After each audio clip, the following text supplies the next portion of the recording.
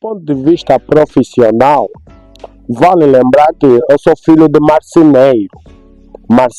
E como filho de marceneiro, todos nós lá em casa éramos ajudantes do nosso pai, desde a nossa mãe até o último caçula, que é o irmão Cungá. Então, a minha infância toda foi como ajudante do meu pai, do qual nós hoje nos orgulhamos muito. Mas tive uma outra influência também do meu pai. Em 1981, 82, o meu pai havia feito um quadro na parede da nossa casa, quadro acadêmico na parede, onde nos ensinava como, comparativamente à minha irmã mais velha, que me antecede, e o meu irmão posterior a mim, eu tinha mais agilidade que eles. Por conta disso, então, fui indicado ao meu pai para passar a orientar, quer a minha irmã mais velha, quer o meu irmão mais novo. Então, isto criou em mim um desejo do professorado muito cedo. Quanto mais que não me limitei só, em 1982, estou a me referir, tinha eu 9 anos de idade. Não me limitei só a ensinar os dois meus irmãos, mas também fui buscando algumas pessoas da rua que comigo estavam ali, quanto mais até que por conta desse fenômeno havia criado uma situação não muito boa, em que a nossa amiga da infância, a Laura Moniz Matias, filha do irmão Pedro Matias, havia dito assim, eu sei que ela já não se lembra, mas eu me lembro muito bem, havia dito, mas quem disse que o Nado, meu nome da infância, o Nado vai vos dar aula se ele também estuda a mesma classe que nós? Então, por conta disso, fiquei muito chateado, dei um puxão de orelha à Mana Laura, nesse caso, e o irmão Pedro Matias também, quando se apercebeu que eu havia dado um puxão de orelha à Mana, também veio dar-me um puxão de orelha. E eu, como era também um menino assim um bocadinho durão mesmo, posso aqui confessar, isso é um jeito de confissão, fui também dar um outro puxão de orelha a Maria Moniz Matias, irmã da Mana. E por conta disso fiquei muito tempo sem se comunicar com o irmão Pedro Matias, muito tempo mesmo. Porque ele relevou, também relevei, mas também aproveito aqui e pedir o meu perdão ao irmão Pedro Matias, porque ele também tinha 9 anos, e enfim. Então, esta influência do quadro lá em casa e a marcenaria fizeram com que eu ficasse dividido entre ser marceneiro e ser professor.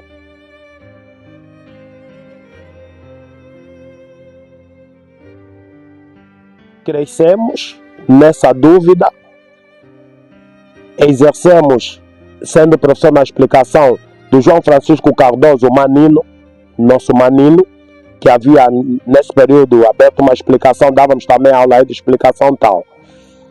E a marcenaria também como torneiro de madeira, onde me especializei mesmo, sou mestre mesmo nessa área, mestre de verdade, me especializei.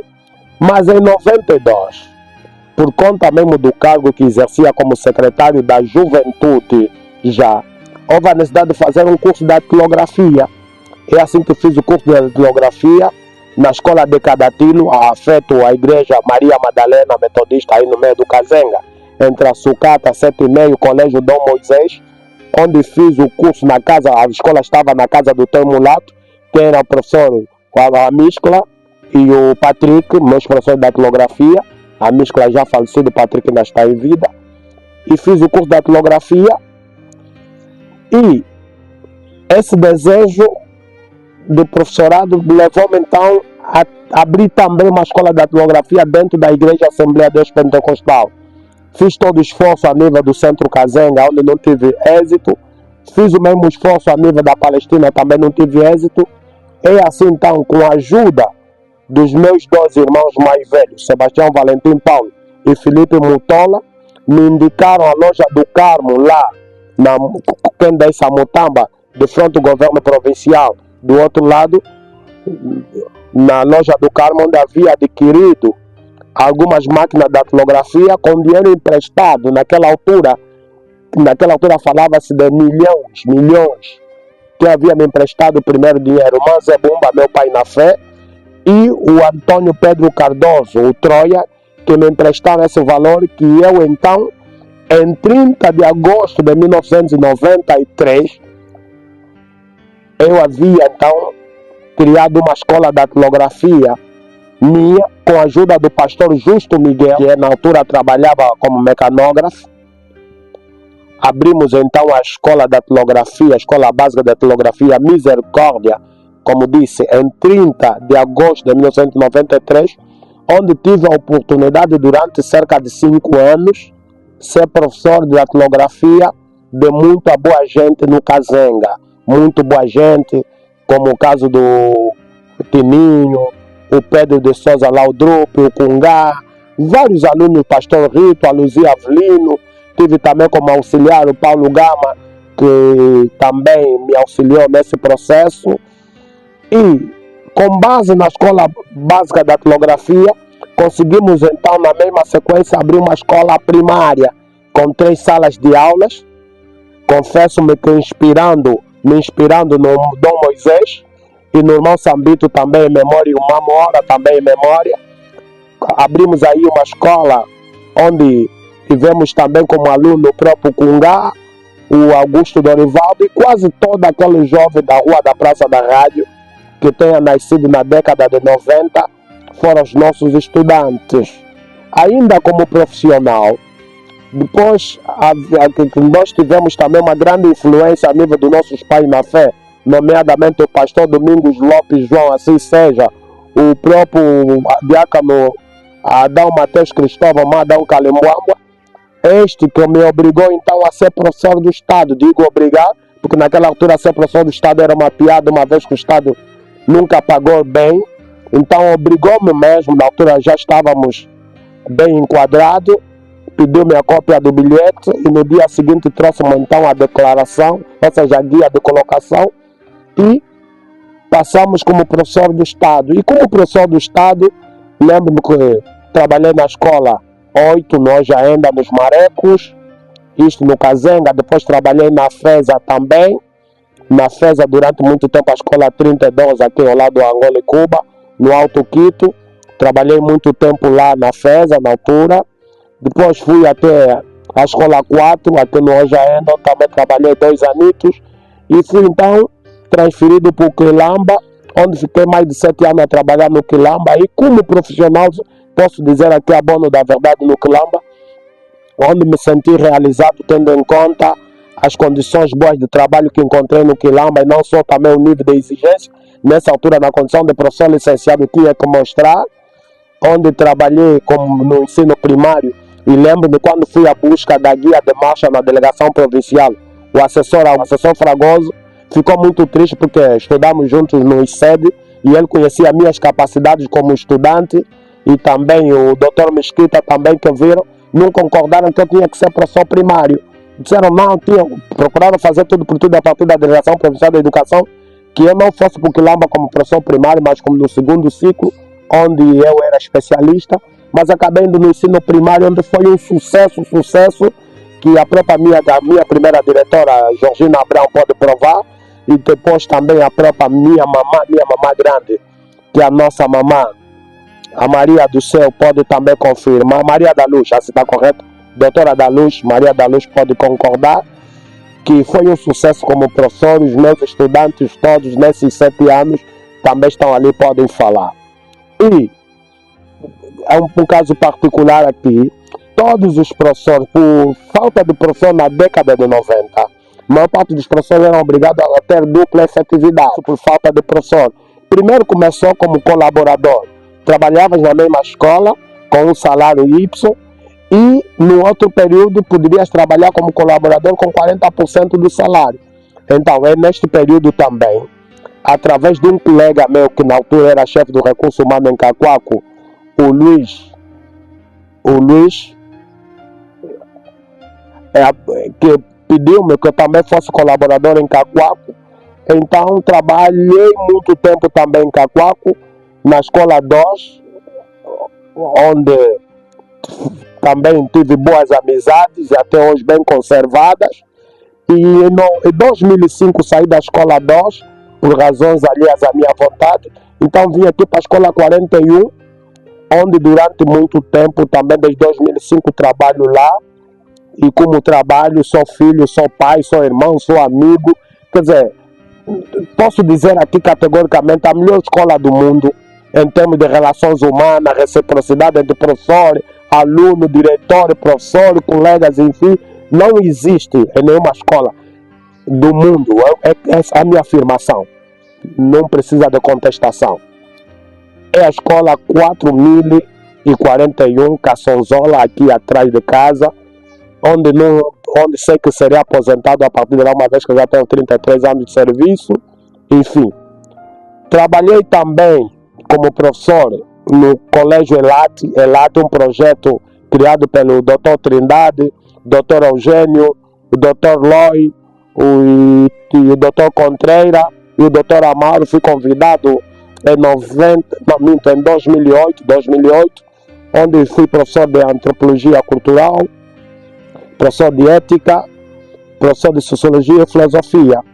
Também aqui também posso dizer que foi o meu ponto mais alto como profissional, e era a primeira vez que estava a ensinar como professor do ensino médio, e cadeiras que eu domino de uma tal maneira, no caso da cadeira de Antropologia Cultural e a cadeira de Sociologia, são cadeiras que estão na alma, estão no sangue. Não vou dizer da filosofia, que é a minha especialidade, enfim. Aí também posso dizer que foi o meu ponto mais alto. E hoje continuo como professor. Perdemos em 2006 por conta das políticas de corrigir o que está mal e melhorar o que está bom. Em 2016 está correto, perdemos a dupla efetividade e tive que optar entre o Quilamba e o Caçonzola. Fiquei primeiro pelo Quilamba, depois tive que regressar ao Caçonzola, onde estou hoje, por causa mesmo daquilo que eu já disse atrás, da relação boa de trabalho, uma relação salutar.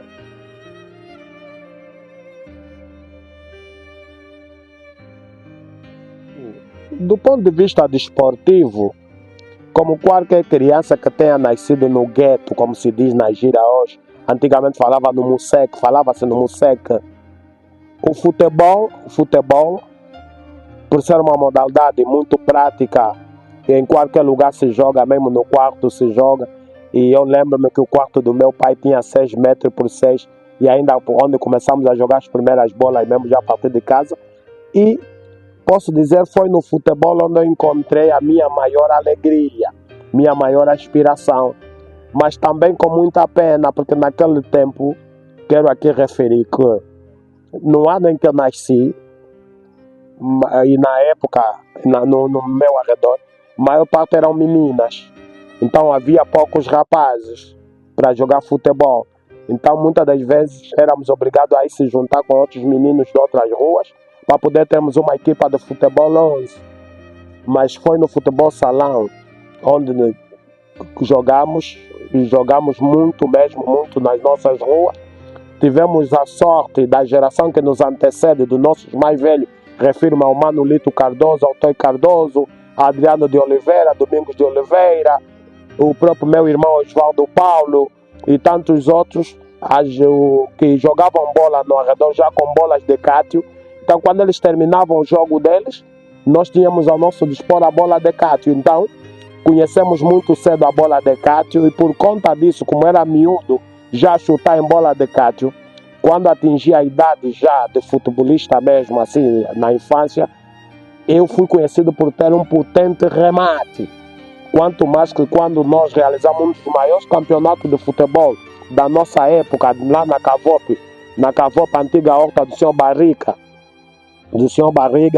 se está correto, Barriga, hoje, frente ao Tribunal do Kazenga Epal, que hoje chamam Elisal, mas aquilo era horta, no tempo colonial era uma horta, depois da independência passou a ser quartel do MPLA, onde foi o nosso primeiro quartel onde militamos, chamava Comitê Horta, que dirigia-se aquele, tinha vários mais velhos que dirigiam, camarada Lani, camarada Codibanguela, camarada Nesto, camarada Quinta, a família Gouveia, quase todas as famílias do Kazenga faziam parte do Comitê Horta. A minha família também teve a oportunidade de fazer parte do Comitê Horta, quanto mais que o nosso primeiro ano letivo da Angola Independente, quase todos nós estudamos no Comitê Horta.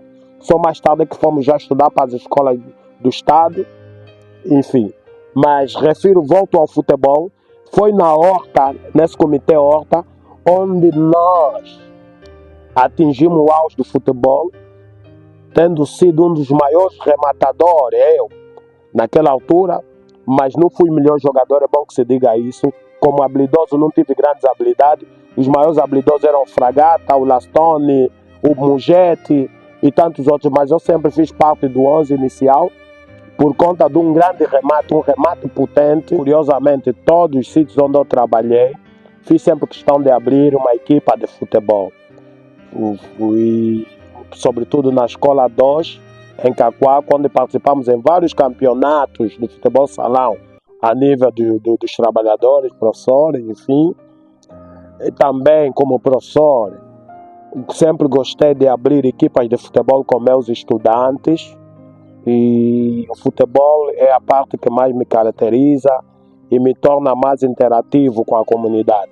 Como residente, atingi também o meu ponto alto no futebol, como morador aqui no Calauenda.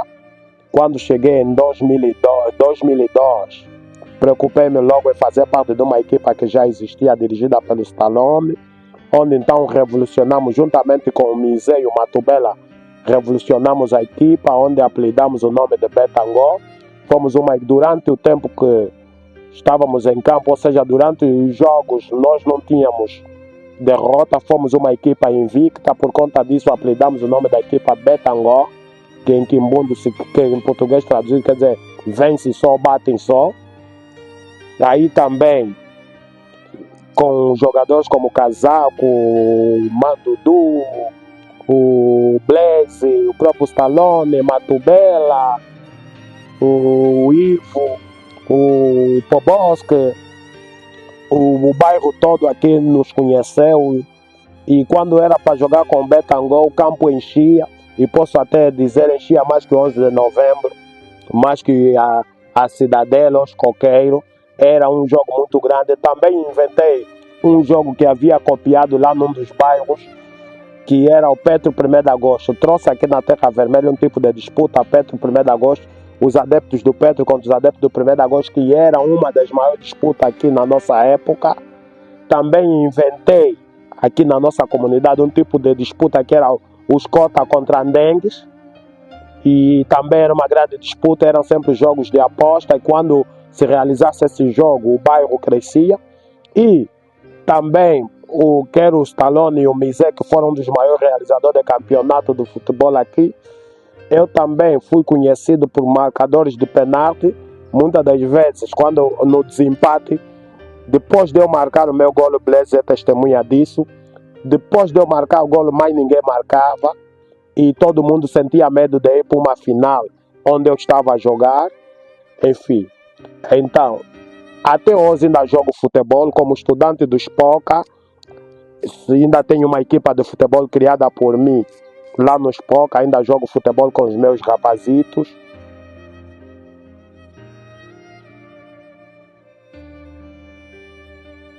Jogamos também futebol, campeonato na Central do Quilamba.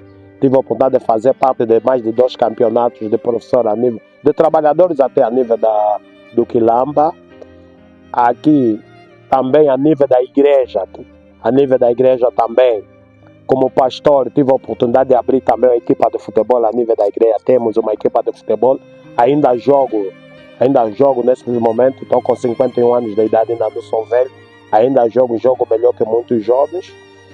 E então posso dizer que o futebol, embora não atingiu o nível profissional, porque naquela altura os nossos pais não admitiam que o futebol, ou seja, que nós nos dedicássemos ao futebol, por não considerarem uma profissão. Hoje é que se fala de futebol como profissão. Quanto mais que basta lembrar que o Pelé até nem foi profissional, não era tido como profissional. Foi um dos melhores jogadores do mundo, quer o Pelé, quer o Eusébio, mas naquela altura não se falava de futebol como profissional. Então, quanto mais ao nosso nível aqui. Então, para os nossos pais, profissão era ser marceneiro, serralheiro, mecânico, qualquer. Então, o futebol foi só para divertimento. E como divertimento, é um dos maiores divertimentos que eu tenho aqui. Eu tive uma infância muito bonita mesmo. Havia nós aqui no Kazenga, como qualquer outra comunidade, ou Museke de Luanda, nossos pais não compravam brinquedo, não porque não tinham possibilidade, mas porque nós próprios, nós as crianças daquele tempo, éramos desafiados a fazer nossos próprios brinquedos. Por conta disso, então, eu fui uma criança muito habilidosa. Desde os carros de lata, carros de lodo, trotinetas, montar bicicleta, quanto mais que nessa desmontagem de bicicleta, cheguei até a cambiar um pneu de bicicleta 20. Havia um amigo Angelino, até meu concunhado hoje. Ele queria um pneu de 20, um pneu 20 de bicicleta, que naquela altura era muito difícil aparecer. Refiro-me na década de 80. Então ele não tinha dinheiro, então sugeriu a troca com um porco, uma porquita, até que chamam leitão, que acabei criando e me desfiz desse leitão até 93. Depois, sempre a crescer, em qualquer uma das nossas comunidades, os nossos pais também eram um bocadinho alegres, aos sábados e domingos, tinha sempre um radinho lá, um megafone, um radiocassete, na coluna, naquela altura chamávamos canudo, então tínhamos que saber dançar. Se não sabes dançar, é vítima de, ou chamam bullying, mas nós temos de falar bullying, estiga, e essa estiga também não constituía discriminação, constituía até incentivo. Então éramos obrigados a saber nadar, saber dançar, saber correr, o atletismo também. Naquelas brincadeiras, temos aquelas brincadeiras, toca, ninguém se mexe, tá quieto, ficou.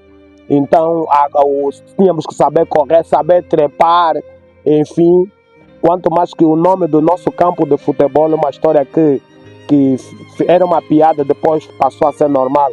O nosso campo de futebol terá surgido de um acidente ou incidente provocado por mim, quando a bola em que íamos jogar entrou num quintal, e naquela minha agilidade entrei logo no quintal, e o dono do quintal, como falava por nasalação,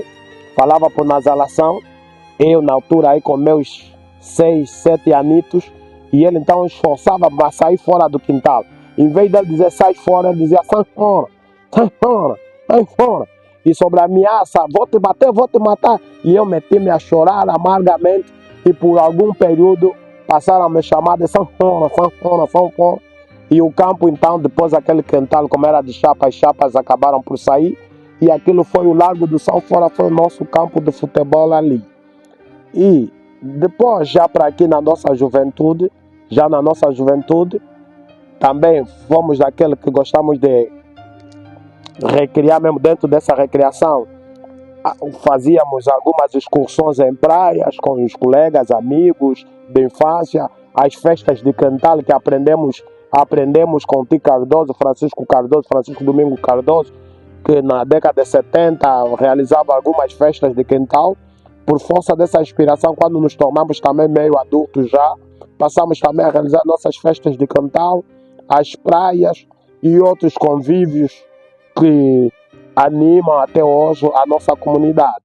E do ponto de vista recreativo, então, eu sou esta pessoa, sou ativo, mesmo na igreja, mesmo como pastor de igreja, os jovens da igreja sabem, eu realizo excursão com os jovens, praias, temos aqui uma praia que eles não gostam muito de frequentar, no Pantanal, levo sempre ao Pantanal, às vezes levo lá para o museu, lá para cima, lá no quilômetro 32, tal. Então eu sou também uma pessoa muito recreativa, logo que acordo de manhã, gosto de acordar com um sorriso, com alegria, enfim. Sou esta pessoa muito emotiva, muito motivadora, tal como dizia já meu professor em memória, Dr. Lázaro. Ele dizia assim, o Ventura é um eclético, é um espontâneo. Então, se essa pessoa é espontânea, não sou uma pessoa muito reservada, eu também queria ser reservado como meus irmãos, mas eu sou muito extrovertido, não tenho problema de me comunicar, de falar o que penso, o que sinto. Este é o outro meu lado ali.